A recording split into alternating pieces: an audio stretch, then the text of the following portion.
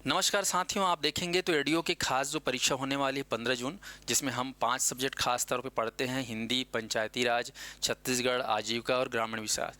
इसमें से आप देखेंगे तो आजीविका और ग्रामीण विकास के अंतर्गत एक छोटा सा कॉन्सेप्ट नहीं बल्कि बहुत बड़ा कॉन्सेप्ट है एनआरएलएम। एनआरएलएम जिसको हम बोलते हैं नेशनल रूरल लाइवलीहुड मिशन, बहुत बड़ा ये टॉपिक है जिसको बहुत अच्छे से पढ़ना चाहिए। और इसी में हम देखते हैं तो पंचसूत्र और 6 सूत्र। पंचसूत्र और 6 सूत्र क्या होता है इसके बारे में आप देखिएगा, जानिएगा कि पंचसूत्र और 6 सूत्र क्यों जरूरी है। तो एनआरएलएम में हम देखते हैं जो हमारे छत्तीसगढ़ में जिसको हम लोग एसआरएलएम या फिर हम जिसको हम बोलते हैं छत्तीसगढ़ में बिहान, जिसमें हम खासकर स्व सहायता समूह पाते हैं। वो स्व सहायता समूह जो महिलाओं का संगठन होता है, 10 से 15 महिलाओं का संगठन, एक समान सामाजिक आर्थिक परिस्थितियों के, तो उनके द्वारा जो है पंचसूत्र और 6 सूत्रों का पालन किया जाता है। तो ये पंचसूत्र और 6 सूत्र क्या होता है, दोनों को मिलाएंगे तो टोटल हो जाता है 11 सूत्र। तो क्या है 11 सूत्र, चलिए हम जानते हैं संक्षेप में फटाफट। सबसे पहले देखेंगे आपका पंचसूत्र। तो पंचसूत्र का जो कॉन्सेप्ट हमको देखने को मिलता है वो खासकर स्व सहायता समूह यानी कि सेल्फ हेल्प ग्रुप स्व सहायता समूह देखने को मिलता है, जो कि 10 से 15 महिलाओं का संगठन होता है।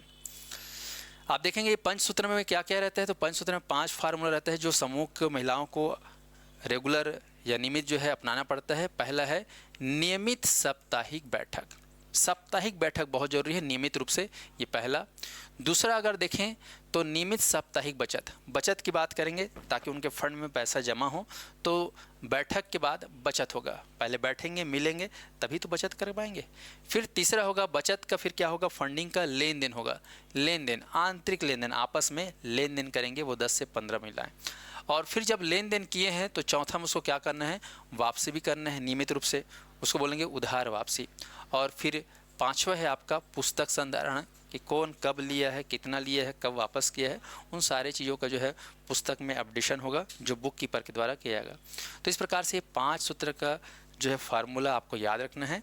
ये 5 सूत्र बहुत ज़रूरी है समूह के लिए, तभी आप जो हैं सक्रिय महिला संसाधन पुस्तक संचालक यानी कि आरबी के, ग्राम संगठन के सदस्य, ग्राम संगठन सहायिका बन सकते हैं, सीएलएफ के सदस्य बन सकते हैं, बीएलएफ के सदस्य बन सकते हैं, डीएलएफ और है ना सीएलएफ प्रबंधक बन सकते हैं, और आप कम्युनिटी कैडर और कम्युनिटी ऑडिटर बन सकते हैं। तो ये 10 सेक्टर में आपको पंचसूत्र देखने को मिलेगा, यानी कि पंचसूत्र जो है बेहद ज़रूरी है इन 10 घटकों के लिए।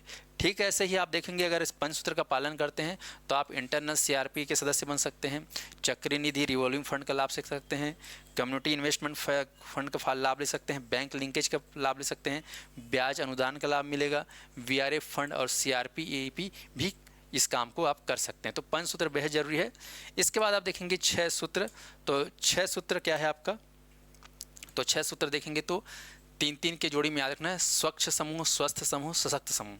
ये 3 चीज़ों का पालन करना है। समूह में स्वच्छता रहे, स्वस्थ रहें और सशक्त रहें।